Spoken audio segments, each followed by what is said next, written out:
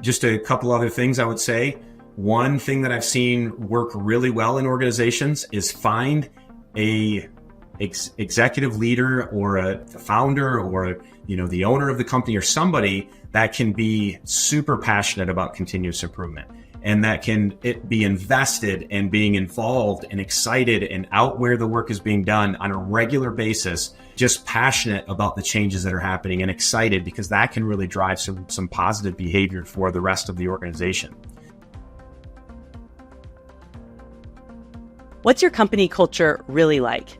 Is it a healthy, thriving organization of real continuous improvement? Or are your leaders just creating a culture of continuous appearance with no substance beneath the surface? Find out on this episode of Chain of Learning with my guest, Patrick Adams. Welcome to Chain of Learning, where the links of leadership and learning unite. This is your connection for actionable strategies and practices to empower you to build a people-centered learning culture, get results, and expand your impact so that you and your team can leave a lasting legacy. I'm your host and fellow learning enthusiast, Katie Anderson. I am so thrilled to welcome Patrick Adams to Chain of Learning today. Patrick is the founder of Lean Solutions, a lean consulting organization, and is a leadership coach, consultant, and professional speaker. Patrick's been delivering bottom line results through specialized process improvement solutions for over 20 years. And he works with all types of businesses from private, nonprofit, government, and manufacturing, ranging from small businesses to billion-dollar corporations. Patrick is also the author of the best-selling book, Avoiding the Continuous Appearance Trap, which, along with my book, Learning to Lead, Leading to Learn, was awarded the Shingo Publication Award last year. And Patrick and I have been connected in a chain of learning for many years. Patrick invited me to write the foreword to his book, which I was really honored to do. And finally, after waiting patiently through the pandemic shutdown, Patrick joined me on my executive Japan study trip in May of 2023. And in addition, I've been a guest on Patrick's Lean Solutions podcast several times, and he's been a guest on earlier iterations of my own podcast. So I'll be putting a link to all of those on the episode webpage. But without further ado, let's dive into the conversation here today. I've invited Patrick onto Chain of Learning to specifically talk about what a real culture of continuous improvement looks like versus a culture of continuous appearance. Welcome, Patrick, to Chain of Learning. Well, thanks for having me, Katie. It's great to be back and just chatting it up with you. Always love jumping on and just having conversations, again, whether it's virtual or in person. I'd rather be in person, but just love the fact that we can connect and have these amazing conversations. So thank you for having me on. Absolutely. I'm thrilled to have you here. And for those of you listening, tune in because we have some opportunities for you to join Patrick and me in person later this year, 2024. So to kick our conversation off, I think it would be great to really dive into this concept of how we can avoid the continuous appearance trap. Because as continuous improvement change leaders, to be able to lead transformational change and really create this culture of continuous improvement, you have to know what you're transforming the organization into. So what are some of the key attributes of this real, true CI culture? Yeah, that's a really great question, Katie. I've had a lot of people ask me, for that vision of what an organization looks like when they've, I hate to say arrived, because the company continuous improvement, which is what I call the company in the book, they didn't arrive. They were on a journey, but they were very far along on their journey. And I've had a lot of people ask me, like, what did that look like? What did it feel like to be part of an organization that had a true culture of continuous improvement to its core?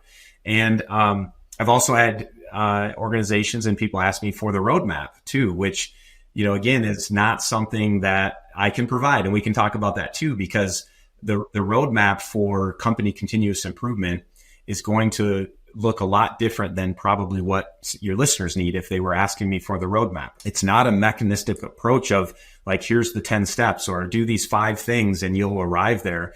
It's really it's a journey of constant learning and constant adjusting that brings you to a point where you've developed this culture of continuous improvement.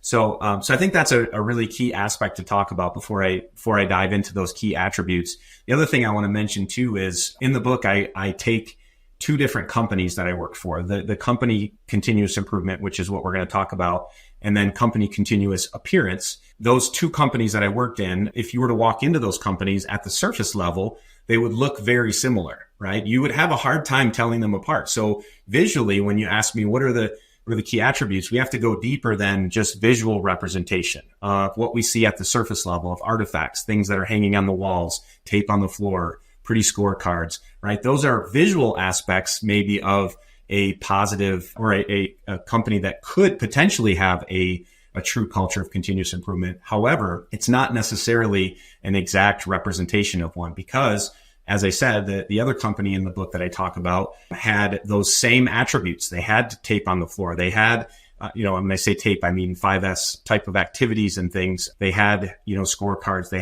They would say that lean is their business system. However, underneath all of that, they had a toxic culture where people hated to work. Their KPIs were in the dumps. They had high turnover. It was a very difficult place to work for. So again, you have to get past the visual aspects, although some of those I will mention because they are definitely some attributes. In fact, I'll even start with one that might sound kind of funny, but when you walk into the bathrooms at Company Continuous Improvement, they're very clean. They're well taken care of. And again, I'm sure people are wondering, like, what does this have to do with bathrooms? But here's the reality. When we look at an organization that has a true culture of continuous improvement, they lead with respect for people. And that respect isn't just surface level. It's deep. And so when you walk into the bathroom, it's an easy representation of, does this company really respect their people? Because I've worked at many companies where the bathrooms were terrible. They were trash. They weren't taken care of. And it's an easy representation of disrespect for your employees, right? And it makes me even think about an individual at a company called Micron Manufacturing here in Grand Rapids. Dan Vermeesh was the plant manager at Micron, and he created a cleaning schedule for the team. And as the plant manager, he was involved in deploying that cleaning schedule. And one of the things that he did as the plant manager was on a regular recurring basis, he was one of the people cleaning the bathrooms, cleaning the toilets. And think about that for the workers in that company that are, running a machine or whatever, working in the office, to see the plant manager rolling up his sleeves and in the bathroom cleaning toilets. There's just a level of respect that he has for the people and for the environment that they work in, and making sure that he shows that he's humble enough as a leader to make sure that we have good, respectable bathrooms, right? So again, it's kind of funny, but I'll just throw that one out there. Yeah. Well, that's when I first moved to Japan in 2015, that was something that really struck me about the organizations and companies I went to there, that the presidents always talked about how they regularly clean the bathrooms because it demonstrated their respect for their employees and also modeled the way for how you take care of the environment. And later today in this episode, we can talk more about your experience of joining me in Japan and some things that you learned. But that was a real fundamental takeaway, as well as how, don't put yourself at such a high, you're not higher than the janitor. And also if everyone's contributing to keeping the environment in a clean, respectable way, respect each other, then it's not a big lift, right? So we can explore that a bit more. And for those of you listening who don't know what 5S, Patrick mentioned some of these sort of visible artifacts. And 5S is a workplace management system that originated in Japan, but it's been really an entry point for a lot of organizations for starting the management process of lean and continuous improvement. So a little bit more on that. What I'm really hearing from you, Patrick. I'm sorry, Katie. I have a few more that I'd like to throw out. So this is just a couple other things that I've seen or that I experienced in company continuous improvement. Stable processes, right? I mean, stability has to be number one. You can't improve in a state of chaos, right? So you have to have stable processes. So as you're walking through, you're going to experience things that show that this organization has stable processes and that you're not living in a state of complete chaos. I'm working with a company right now that the plant manager himself and the director of operations are spending their entire day running around looking for lost parts in the plant. I mean, they're in complete unstable operation, right? That has to be fixed before you can look to make any kind of improvement. So I would say stable processes. Another one is organizational long-term vision. I worked with another organization that they said, well, we help to support any kind of continuous improvement ideas that any team members have. It doesn't matter what it is. We just go out and make it happen. Now that's I can understand that in the beginning. You want to create some motivation. You want to empower people. You want them to feel like they can implement ideas and suggestions. But at some point, you have to have an organizational long-term vision that is then cascaded down through the organization with specific goals and alignment to that vision, so that someone that's coming in knows exactly how their work is connected to that long-term vision. So now, instead of just this shotgun approach of improvement ideas for the sake of improvement, let's actually get focused and let's work on improvement ideas that are going to drive us closer to meeting our goals or drive the organization closer to its long-term vision. So I think that's also key, and one of the things that you would see in a culture of continuous improvement. I want to go back to Dan Vermeesh, who I spoke about earlier with the bathrooms. The other thing, I was talking to him the other day, and he is currently at ADM. He used to be at Micron, but he told me about trips that they used to take at Micron, where the Micron employees would go over to the veteran home, and they would provide lunch for the veterans at the veteran home. Well, the veterans were brought in a bus that they provided the parts that went on that bus. And so when the bus would come in, he would take his employees over and he would show them where the parts are on the bus that was bringing the veterans over to this lunch that they were providing. And it was a way that he was helping to make the connection for the team members from, standing behind a machine for 8 hours a day, bending the same part over and over again, to the fact that you're doing something for someone down the road, an end customer that's impacting their life in a positive way. And so he was making this connection to purpose in their work. And now they could actually see how some of those organizational goals or that long-term vision that they had, where the connection was to me coming in and running a piece of equipment, for that end customer. So I thought that was really neat. Just a couple more that I want to touch on real quick. Leadership behaviors, I think, are important. You think about just standing and watching leaders in an organization, depending on where they're spending their time, what their values are, you can see that in their actions, but that's going to be an indicator of whether or not you have a culture of continuous improvement versus a culture of continuous appearance. Shared accountability, decision-making that's driven, that's pushed to the frontline employees, no silos. I mean, again, I could go on and on, but these are all indicators that I would say would show us that there is a true culture of continuous improvement.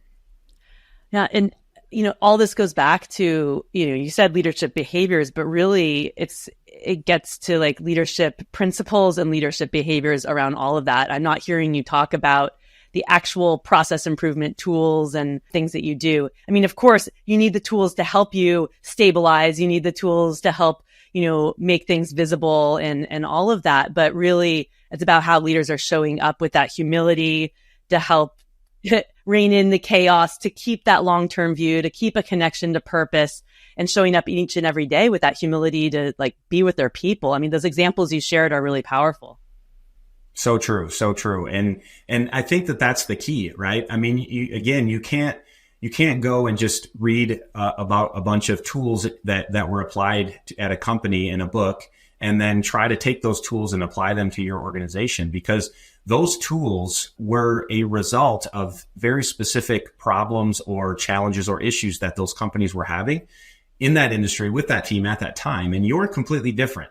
So what you have to start with is developing the people side of things, developing the critical thinking skills, developing the leadership behaviors and all of the inputs that are going to give you the right tools, because the tools become an output of, specific things that you're dealing with. And if you have the culture corrected and things happening properly that would support a continuous improvement environment, then the tools will come. The right tools that help to close the gaps on some of the problems and challenges will come as a result of having the right culture.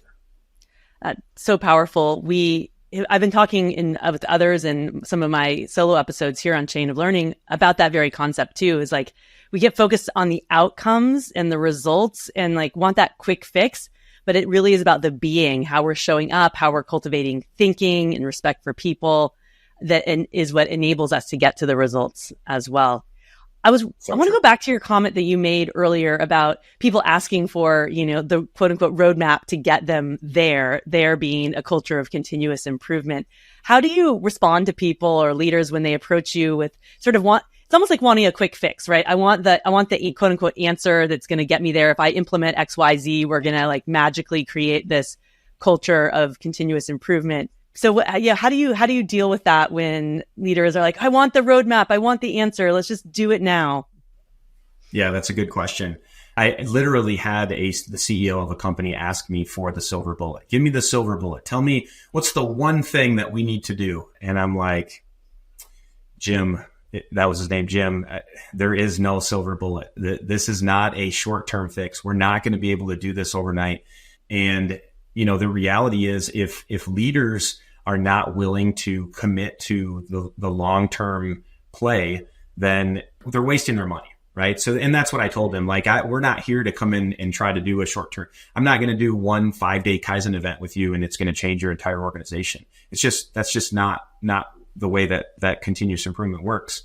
The results of committing to a long-term plan and a long-term play, the results will pay off. You will be happier in the long run. And I think one of the biggest struggles that I've had with that is so many leaders now are coming into organizations in new roles, and they're only staying in those roles for probably 2 to 3 years at the most.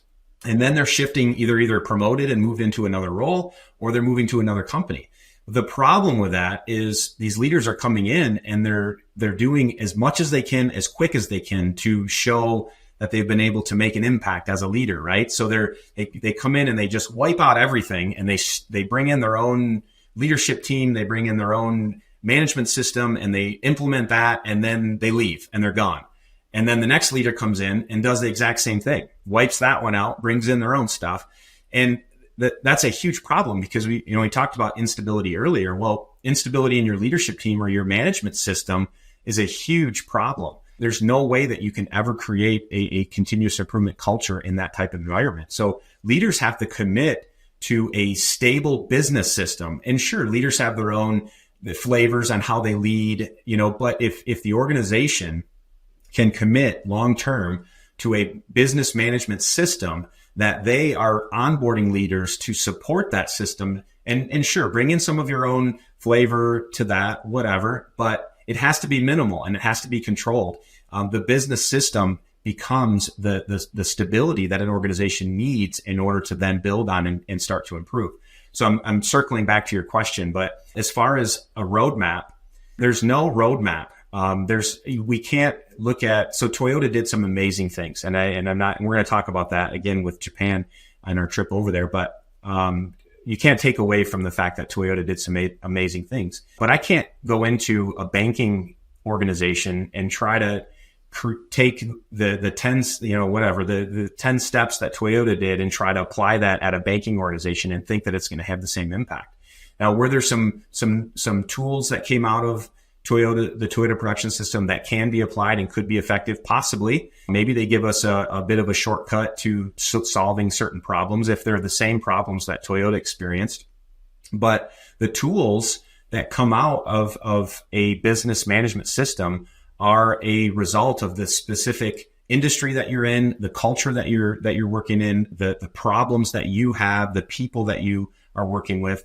Those solutions, those tools are going to be different than Toyota's tools. So I think that the roadmap is a roadmap, or it's a journey of learning and adjusting on the pathway towards excellence. So what does perfection look like for your organization? And then let's back into that. So what does perfection look like? And then, what is 3 to 5 years from now? We're here today, 3 to 5 years from now. Where do you want to be in alignment with perfection? And then let's go to 1 year from now. Where do we want to be 1 year from now that's in alignment with the 3 to 5 years? And what are the things that we're going to do this quarter that are going to move us closer? What are the things that we're going to do this week that are going to help meet the quarterly goals? Those are all things that need to be developed through continuous learning and dedication to a long-term view of perfection for your organization. And a long-term view, as you said, too, of the management system and like how the organization's being run and the leadership philosophy. So either developing people internally and promoting them within so that they're cultivating this chain of learning internally, or when you hire from external, making sure you're hiring people that have the same leadership mindset and that are integrating into the system rather than blowing up the system, and creating that chaos and instability again. Unless there's time and place for blowing up, the system, as maybe you need in continuous appearance organization, as well. So let's switch gears. I mean, so much richness that you just shared, Patrick, and we'll continue to explore this like human people side of leadership and what that means for continuous improvement. How does that relate to your experience of this concept of the continuous appearance trap? So, out externally, maybe it's looking like they have all those they have a great continuous improvement culture, but internally it's either toxic or just leaders not showing up there.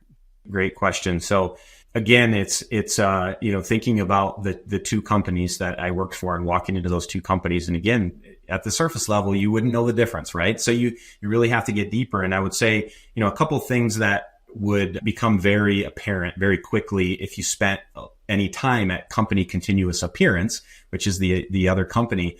What you would find is there were very little to no discussions around this concept of value as it relates to the customer, whether that's the external end customer or even an internal customer.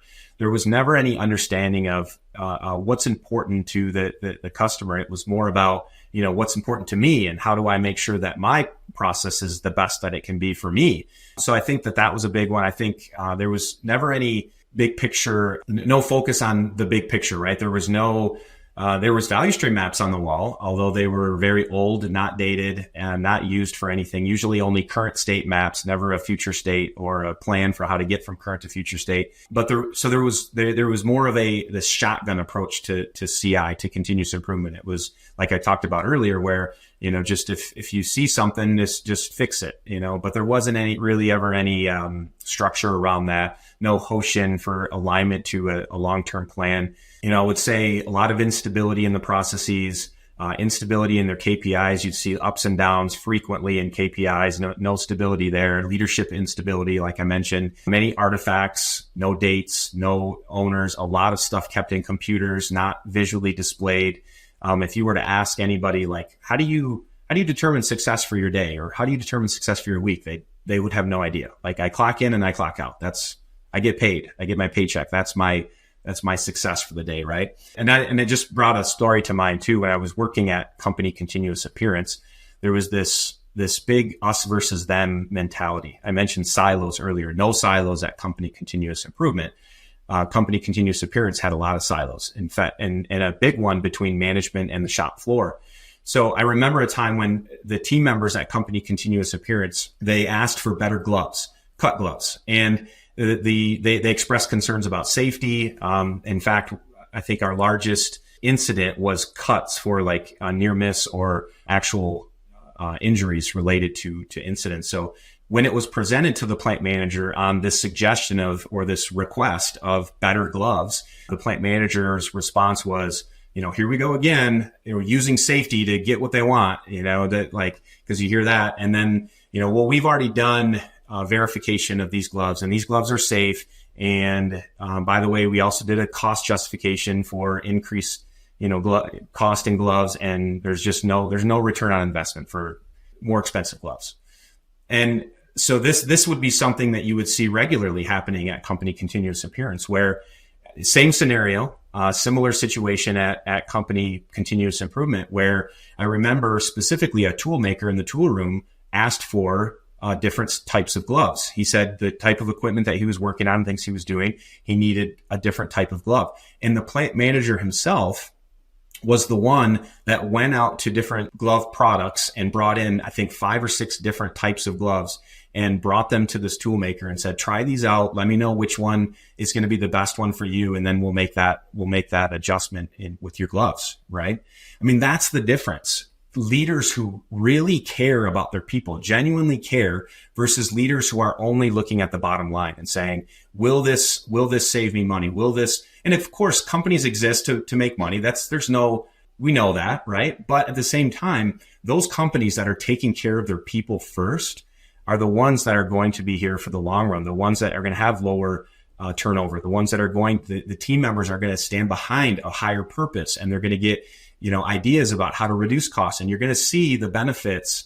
But again, it's a long-term play. It's not a short-term play, right? Yeah.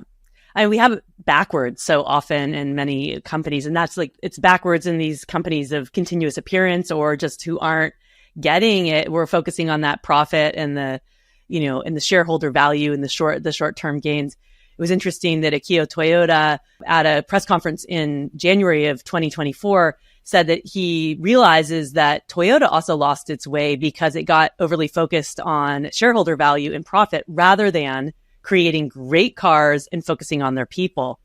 And I think about the tree ring management book and one of the companies we visit on my Japan study trip, where the chairman of this company wrote a book, and in it he said, profit is excrement.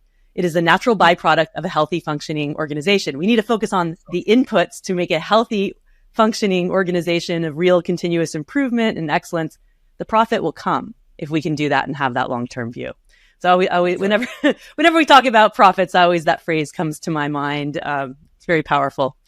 So, yeah. So, you and I both help organizations create these leadership behaviors and the cultures and structures that are going to really create cultures of real continuous improvement. What advice do you have for the internal CI leaders that you support or who are working organizations who are really trying to not, they want to avoid the continuous appearance trap, and they really want to get their organization on that pathway to a real continuous improvement culture? What are some things that they can do to influence their leaders and sort of create the structures for this positive change? Again, another good question. And I think that immediately what popped into my mind while you were talking is Dr. Jeffrey Liker's leadership development model.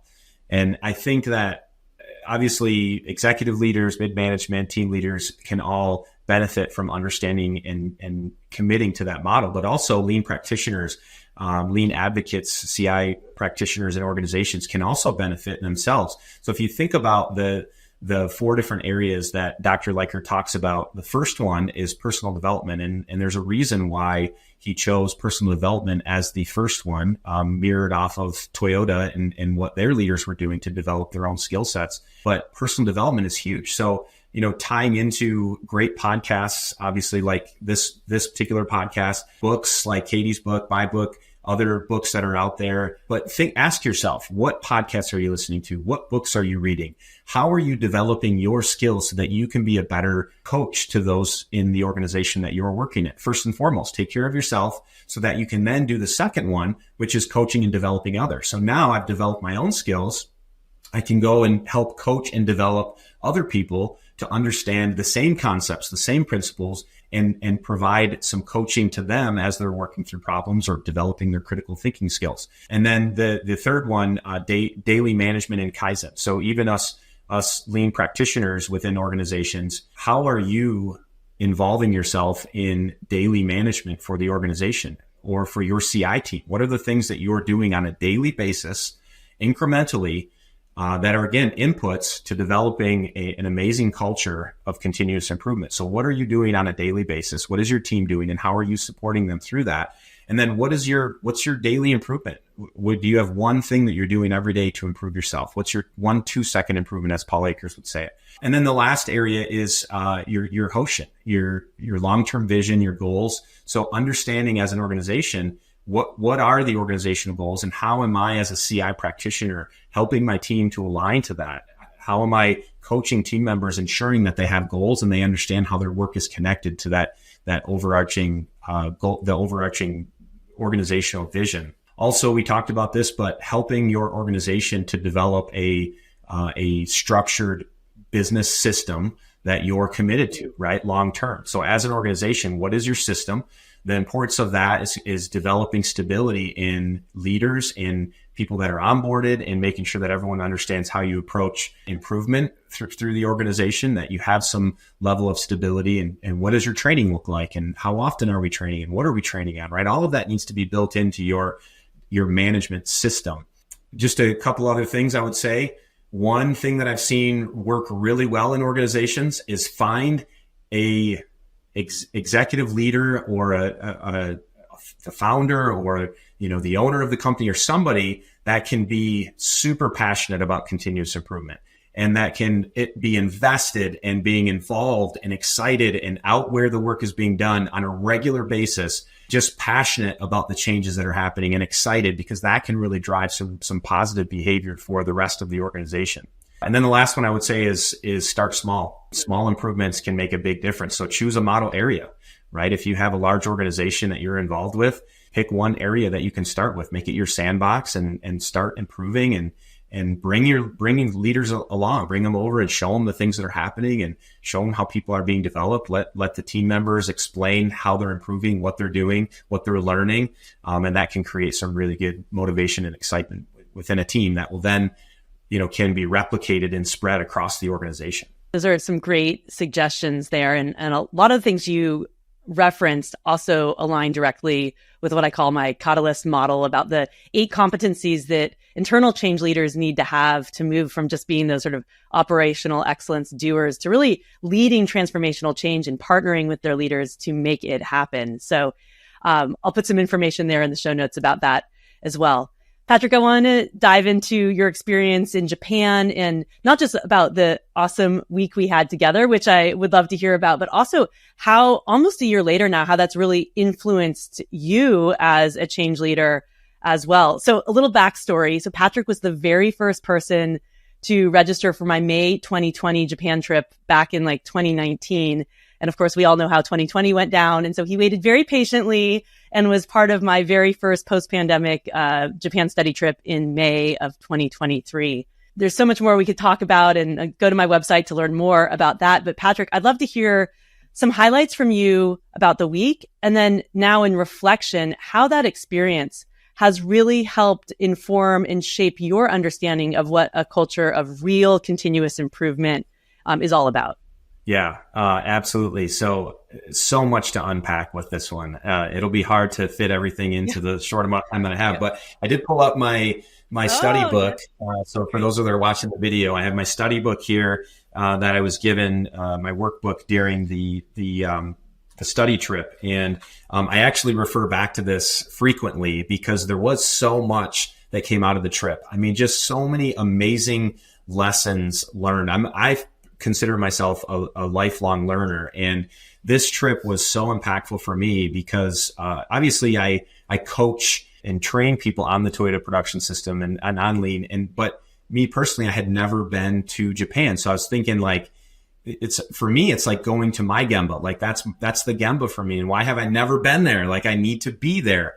I need to see where everything originated. I need to see the culture. I want to talk to the people. I want to have a deeper understanding when I'm talking about, these different concepts with team members here in the US. I want to be able to really understand how that concept originated, where that principle came from, and the importance behind it. And it wasn't until I was in Japan and actually meeting the people there, who were so amazing, by the way, but meeting the people that are walking on the streets, meeting the people in the factories, and having open conversations about, just the culture there, and understanding that I finally, my eyes just were open to a lot of the things that I didn't realize before. And so I was learning things. One example would be 5S. 5S is not a Toyota production system concept or philosophy. It's actually a Japanese philosophy that Toyota brought into their facility and utilized that to help streamline, help create an organized. Well, it wasn't even something that they had to bring in. It was already embedded in the culture. So, they were just so fortunate to have people coming in who already understood the importance of sorting out the things that I don't need and making sure that I have the things that I need in a very specific place where I need them. So I don't have to search. I don't have to look. that's something that they're learning in elementary school. And we went and visited an elementary school and saw that happening, where they were 3S'ing their area, and they had 5S in Kaizen certifications at this elementary school, that these kids were going through the classes and learning things at a very young age that were then, being utilized at some of the Toyota or Toyota suppliers, or even, other Japanese based companies that we visited. So it was super amazing. But one of the things too that I'll mention, because I've had people ask me about that, the commitment from a resource perspective, like even taking a week off of work for me, and being able to commit to this full week of learning and really just shutting everything off. And was it worth it? Did you get the benefit out of it? I mean, it was so worth it to me. It was, in fact, it's something that we've been talking about going back, because I have other questions now that have come, in this last year, that I'm like, I wish I would have asked this, or if only I would have, So there's so much benefit that comes from that. I mean, there's the payoff, the ROI is massive. It has been in my company and for the companies that I work with, because I've brought a lot of that to them, and been able to really show them where some of the principles came from, the tools, the background, and some of that. And it's been just a game changer for me. So I appreciate that you allowed me to come along with you. Oh my gosh. Well, it's so fun. And one of the benefits for me, it's like, first, I feel so grateful for the fact that I got to live in Japan for almost 2 years. And then just that for my own self as a lifelong learner. But even more is that I can share that with others and help sort of really truly build this chain of learning, of going to the source, and all the relationships I developed, not only from Mr. Yoshino, but other Japanese leaders. And then the cohorts of amazing people like yourself who come along and become like lifelong friends as well. I'm just kicking off my next trip for this year and have another one later in 2024. And I just get so excited with talking with these amazing people like yourself around the world. And you have your Daruma in the back, which is everyone who comes with me gets the Daruma. We go to the Daruma temple too. So for those of you who don't know about me, there are these Japanese figures that represent the proverb, fall down 7 times, get up 8. And I'm a bit obsessed by them. So you can go learn more about that as well. Yeah. So thanks, Patrick. I mean, what a glowing endorsement. And I genuinely believe that going to that source too is so powerful, and being able to take that time away for like your own personal learning. I mean, going back to what you said about starting with personal development, right? Like if we're only focusing on developing other people and forgetting about like learning more deeply for ourselves and going back to those principles and having that time to reflect, we actually get sort of stalled out. And so it makes me really thrilled to hear that the investment was not only just a great week, which it was, because we had a lot of fun together, but it's really had a real tremendous impact for you and your effectiveness with your company and the companies you serve. Yes, I appreciate that. Yeah, many people don't know that Katie's actually a really good singer too. Oh, I don't know if I'm a good singer, but there is karaoke. Yeah, we had a lot of fun with that. Yeah, so we did have a lot of fun in addition to learning a ton. But for me, just, it was almost like drinking from a fire hose being there, which it would sound negative, but I was actually, I took a ton of notes. You can see, if you were to look at my book, I just couldn't stop writing things down. And so, obviously coming out of that, and you did a great job at leading some reflection time throughout the trip, and then at the end of the trip, which really helped a lot, helped me to focus on some of, hey, this was my top 2 learnings today, or this was my top 3. But even in the last year, going back and reading through some of this stuff has been super powerful for me to be able to think back and go, man, I remember walking through that factory and actually seeing that happening and talking to those. I remember talking to one gentleman who was working on a press at one of the plants that we visited. And it wasn't it wasn't heavy manufacturing either. We also visited a healthcare industry. We visited the school. We also went to the bullet train, and that was super amazing. So it wasn't just manufacturing, but I just remember this one individual that was running one of the presses, and I asked him, because he was running the press, and I asked him, who does your changeovers, or who takes care of your equipment for you? And he was like, looked at me weird and was like, I take care of it. And I was like, really? So you do all the changeovers, you do all the maintenance, you do everything on this piece of equipment. And he's like, he just didn't, it's almost like it didn't make sense to him why I would be asking this question. And then the team leader said, these machines, they feel like these machines are their babies. That's the way he explained it. Like, this is my baby. I take care of this like it's my baby. So it runs smooth. It's well taken care of. Just the level of just respect that he had for his equipment, and that paid off, right? I mean, their equipment runs like a champ. So obviously, and he knows when it isn't making the right noise, he knows what to do. And that goes all the way back to the visit to the school where, these children are shutting down school and they're going and working on the school grounds to clean and take care of they don't have janitors. They're the janitors. They take care of it themselves. And so that was something that they learned at a very young age. And that's why he was looking at me like I was crazy. He's like, I take care of my space. I take care of my area. This is my area, right? The ownership that they have is it's just amazing. So again, those are things that you don't read that in a book. You have to go experience it. You have to see it and be there and talk to them. And it's a great trip. So it's the real go to Gemba experience. And I want to be clear too that I purposely cultivate this trip so that you're seeing great organizations and led by great leaders. So we're purposefully going to see cultures of real continuous improvement, not cultures of continuous appearance, because not all of Japan, not all leaders and all organizations are done this way. So sometimes I get asked the question, well, is this just a Japanese culture thing that allows like really the principles of lean to really function?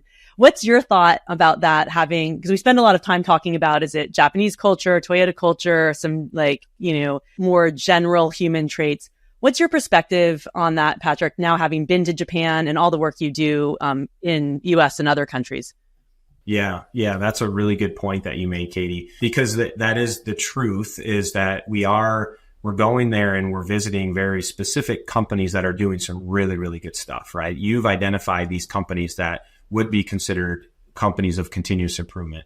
And we know that there are companies there that maybe don't fit that same bill and would fall into the bank of companies of continuous appearance. I would say, it goes back to, it isn't necessarily a Japanese culture thing, although the Japanese culture definitely is a huge part of it, and an aspect of why they were able to be so successful. And many companies are so successful coming out of Japan because of, the culture. But it's definitely not something that says if you open a company in Japan, you will be successful. No, there's still the need for good leadership that understands that they need to make an investment in the people and developing their people. It still means they have to have a long-term vision. They have to have some level of hoshin that ties the work that's happening at the space where the value add work is being done. That work has to be tied all the way to a long-term vision with goals that are specifically driving that team forward.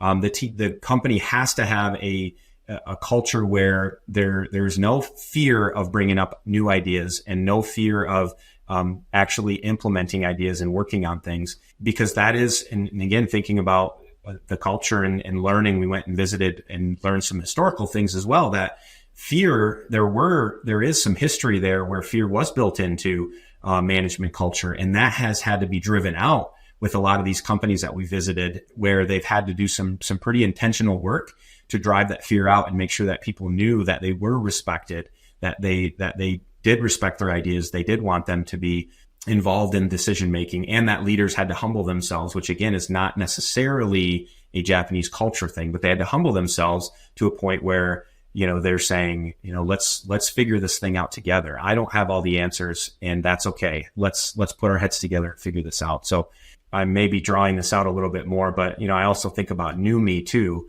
And, just that experiment that was done, and just the ability for us to show that it is possible. It doesn't have to be a company that comes out of Japan. It can be a company in the US. It can be a company in Ireland. It can be a company anywhere that commits to the principles and understanding of developing a culture of continuous improvement. It can happen at any company. Absolutely. The Numi is actually, based on it's not based on, it was the example of when Toyota moved to the United States joining with General Motors, and it was actually near where I live here in California. And Mr. Yoshino, the subject of my book, Learning to Lead, Leading to Learn, actually was in charge of the training program for that. And that the challenge he had to overcome was, how do you teach people these behaviors, this leadership side, not the tools? How do you teach the leadership behavior? So go read the story in examples in my book, Learning to Lead, Leading to Learn. And definitely be sure to check out Patrick's book too, to learn much more about how you too can avoid the continuous appearance trap. There are 12 great questions in there that you really can be asking yourself about your own organization. And again, as Patrick said, it's not a roadmap. It's not just a silver bullets that are going to get you there. But on reflecting on those questions, they're really going to help you determine what is your company's roadmap. What tools do you need? What leadership behaviors do you need to shift? And of course, come join me in Japan to go to the Gemba and really enrich your knowledge as well. Patrick, how can people continue to learn with and from you and get connected? So obviously I'm very active on LinkedIn. So, reach out and connect with me on LinkedIn. That would be one way. We try to push out as much value add content as we possibly can. The Lean Solutions podcast is another way to listen in and get some good content. We have started to boost our YouTube channel and put a lot of our podcast information and things out there. Our website is findleansolutions.com. So you can go out there and check out all the other amazing things that we offer, as well as if you go to the top right corner, you'll see a link to the Lean Solutions Summit, which is coming up in September 24th, 5th, and 6th. And we'd love to see you there too. And I'm super excited because Katie, you will be one of our keynote speakers. So I'm excited to have you here in Michigan for the summit. And for all of your listeners, we actually have a special deal for everyone. So we have our early bird price that's out there until, I believe it's until June 1st. So up until June 1st, we have our early bird price available. And then on top of that, we're giving your listeners $100 off the early bird price if they use hashtag Katie Anderson in the code. So use hashtag Katie Anderson in the code section, and that'll give you an extra $100 off the early bird price up until June 1st. So go out to our website on the summit, and that should be linked in the show notes, and you can find the registration page. Go ahead and register yourself, and I hope to see you at the summit with Katie and I. Yeah, awesome. Well, thank you, Patrick, for being here. Be sure to check out all the resources that we have linked in the episode show notes and webpage, and so that you can continue to invest in your own personal development with Patrick and me. And of course, come join me in Japan as well. Thank you, Patrick, for being here today. I know this is not the end of our conversations, just a continuation. So until next time, thank you so much. Absolutely. Thank you, Katie. I appreciate everything that you do, and I'm excited to meet up with you in Japan again one of these days. So Thank you again for having me on the podcast. Appreciate it. Thanks, Patrick. Be sure to follow and subscribe to this podcast so that you never miss an episode, and share it with your friends and colleagues so we can all strengthen our chain of learning together. Thanks for being a link in my chain of learning today. I'll see you next time.